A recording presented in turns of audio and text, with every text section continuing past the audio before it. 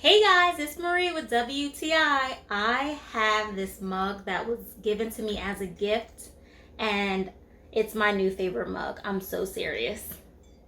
So I just filled this up, and I'm going to take a sip.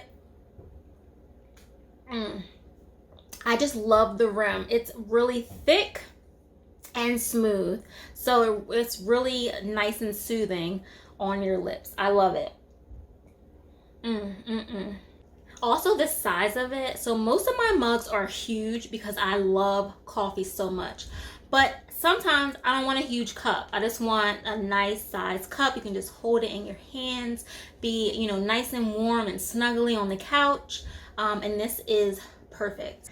It's also a super thoughtful gift if you have a personal trainer that you know that you're friends with, or for your personal trainer. It is super funny and super hilarious what it says. It says, personal trainer is a noun, one who gets pleasure from inflicting pain on others. So it's kind of like, a little joke.